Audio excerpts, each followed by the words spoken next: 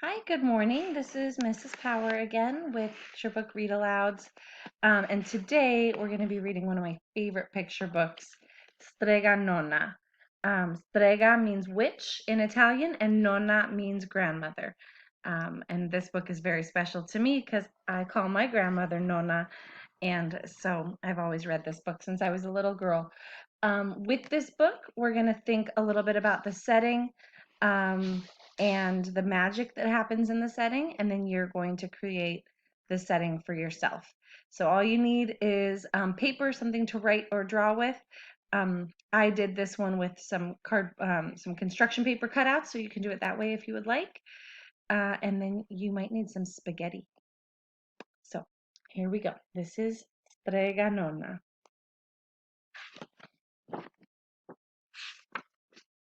by Tommy De Paola. And it's set in a town where my grandmother is from, actually, Calabria. So, in a town in Calabria, a long time ago, there lived an old lady everyone called Strega Nonna, which meant grandma witch. Although all the people in town talked about her in whispers, they all went to see her if they had troubles. Even the priest and the sisters of the convent went, because Strega Nonna did have a magic touch.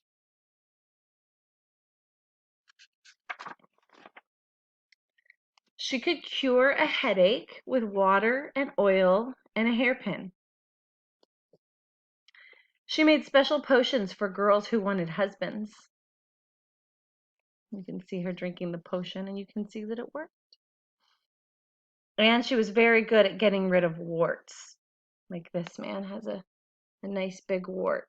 And then here it is all gone. But Strega Nonna was getting old, and she needed someone to help her keep her little house and garden. So she put up a sign in the town square.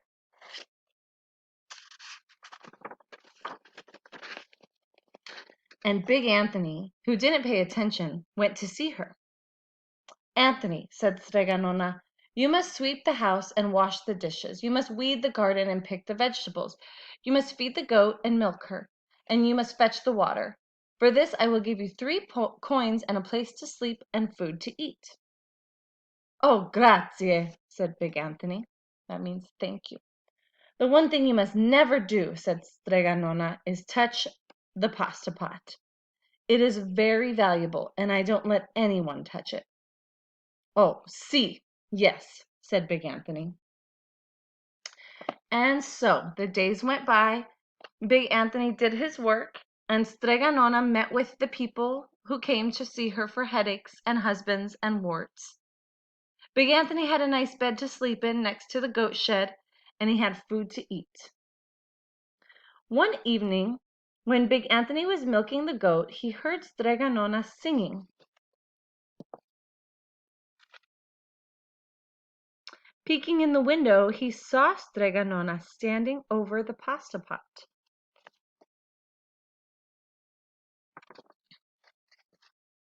She sang, "Bubble, bubble, pasta pot, boil me some pasta nice and hot. I'm hungry and it's time to sup. Boil enough pasta to fill me up." And the pasta pot bubbled and boiled and was suddenly filled with steaming hot pasta. Then Strega Nonna sang, "Enough, enough, pasta pot. I have my pasta nice and hot. So simmer down my pot of clay until I'm hungry another day." "How wonderful," said Big Anthony. "That's a magic pot for sure." And Strega Nonna called Big Anthony in for supper. But too bad for Big Anthony. Too bad for Big Anthony, because he didn't see Strega Nonna blow 3 kisses to the magic pasta pot.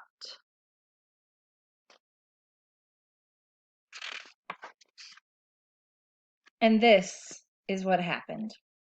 The next day, when Big Anthony went to the town square to fetch the water, he told everyone about the pasta pot. And naturally, everyone laughed at him because it sounded so silly. A pot that cooked all by itself? "You better go and confess to the priest, Big Anthony," they said. "Such a lie." and Big Anthony was angry, and that wasn't a very good thing to be. "I'll show them," he said to himself. "Some day I will get the pasta pot and make it cook, and then they'll be sorry."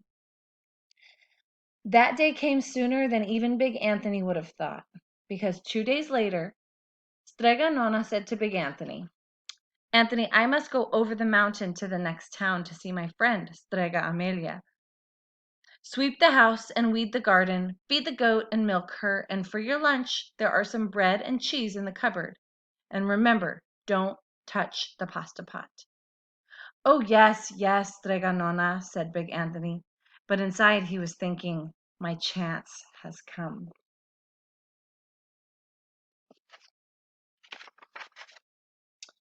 As soon as Strega Nona was out of sight, Big Anthony went inside, pulled the pasta pot out on the shelf, and put it on the floor. "Now, let's see if I remember the words," said Big Anthony. And Big Anthony sang, "Bubble, bubble, pasta pot, boil me some pasta nice and hot. I'm hungry and it's time to sup. Boil enough pasta to fill me up." And sure enough, the pot bubbled and boiled and began to fill up with pasta. "Aha!" said Big Anthony, and he ran to the town square, jumped on the fountain, and shouted, "Everyone get forks and plates and platters and bowls. Pasta for all at Strega Nona's house. Big Anthony has made the magic pasta pot work." Of course, everyone laughed, but ran home to get forks and plates and platters and bowls. And sure enough, they got to Strega Nona's, and the pasta pot was full, and it was beginning to overflow.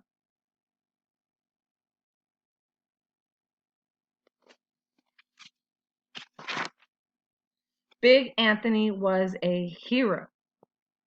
He scooped out pasta and filled the plates and platters and bowls. There was more than enough for all the townspeople, including the priest and the sisters from the convent. And some people came back for 2 and 3 helpings, but the pot was never empty. When all had had their fill, Big Anthony sang, "Enough, enough, pasta pot.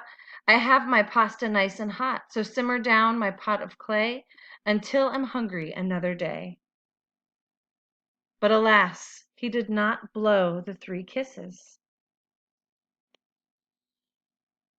He went outside, and to the applause of the crowd, Big Anthony took a bow. He was so busy listening to the compliments from everyone that he didn't notice the pasta pot was still bubbling and boiling, until a sister from the convent said, "Oh, Big Anthony, look!" And pasta was pouring out of the pot all over the floor of Strega Nona's house and was coming out the door.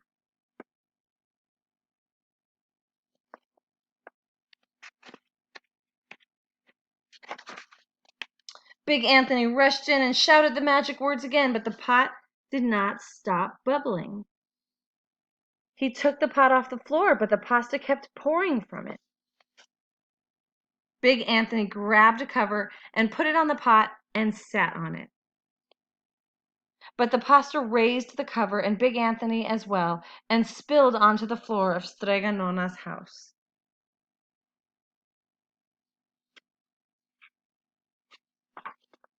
"Stop!" yelled Big Anthony.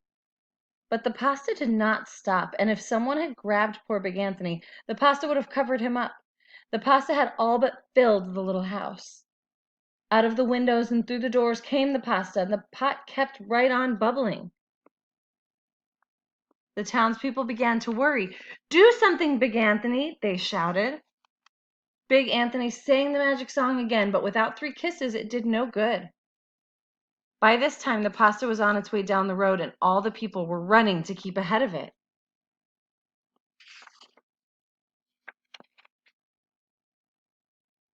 "We must protect our town from the pasta," shouted the mayor. "Get mattresses, tables, doors, anything to make a barricade." You see everyone making a barricade with their things, and here's the pasta coming for the town. But even that didn't work. The pot kept bubbling, and the pasta kept coming.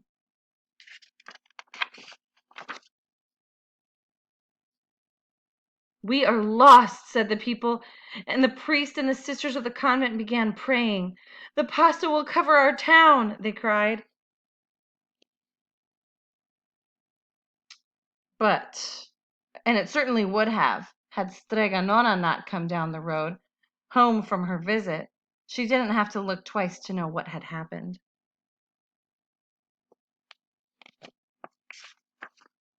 She sang the magic song and blew the 3 kisses, and with a sputter the pot stopped boiling and the pasta came to a halt. "Oh, grazie! Thank you, Strega Nonna!" the people cried, and they turned on poor Big Anthony. "String him up!" the men of the town shouted. "Now wait," said Strega Nonna. "The punishment must fit the crime."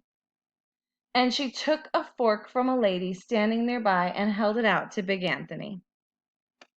"All right, Anthony. You wanted pasta from my magic pasta pot," Strega Nonna said, "and I want to sleep in my little bed tonight. So start eating." And he did. Poor Big Anthony. The end. Look at him. He's very full and very uncomfortable. So that's the story of Strega Nonna. And I want you to think a little bit about a punishment that fits the crime, right? When something happens at school or at home, how can your punishment fit the crime? You know, they didn't send him to jail, they made him eat all of the pasta. And so for your activity, I'd like you to create something, some image, some visual of the town. So I cut out little cardboard pieces, construction paper pieces, and made all the little houses of the town. And then I made a pasta pot. And what is going to come out of the pasta pot? Well, my pot is boiling right now. So I'm going to put you on pause and see how long I have until I get my spaghetti.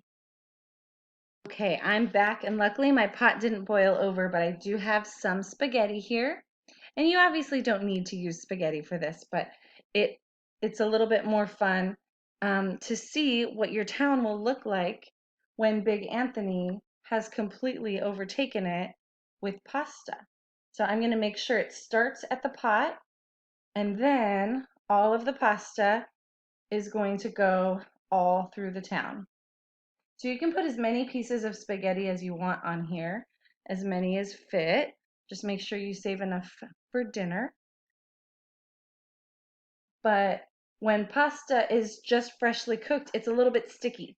So as you can see, it's kind of just sticking already. But when I'm finished with this, I will put some glue on it to make sure it really sticks all the way. But this is Strega Nonna's town and the damage done by Big Anthony when he didn't follow instructions. So we learn from the story a few things. We learn how important it is to follow instructions, especially, you know, she gave him very specific instructions not to touch this pot. And bad things happened when he touched the pot. And so we learn that. We also learn that a crime should fit the punishment. So he went ahead and made the pasta, and then he was forced to eat all the pasta.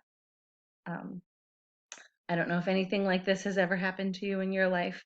Something similar happened to me when I was a little kid. I remember playing with a chocolate cake, and my mom found out I ate the chocolate cake. I played with the chocolate cake, and I lied about it. She asked who did it, and I blamed my brother, even though I had chocolate all over my hands. So she made me go ahead and eat the whole thing, and I got really sick from it. So I had a similar experience to Big Anthony. It wasn't my Nona, it was my mom. But this is our little town in Calabria, which is in Italy, if you guys didn't get that part yet. So once you're done putting your spaghetti, you can glue it all down, and you have your little town in Calabria.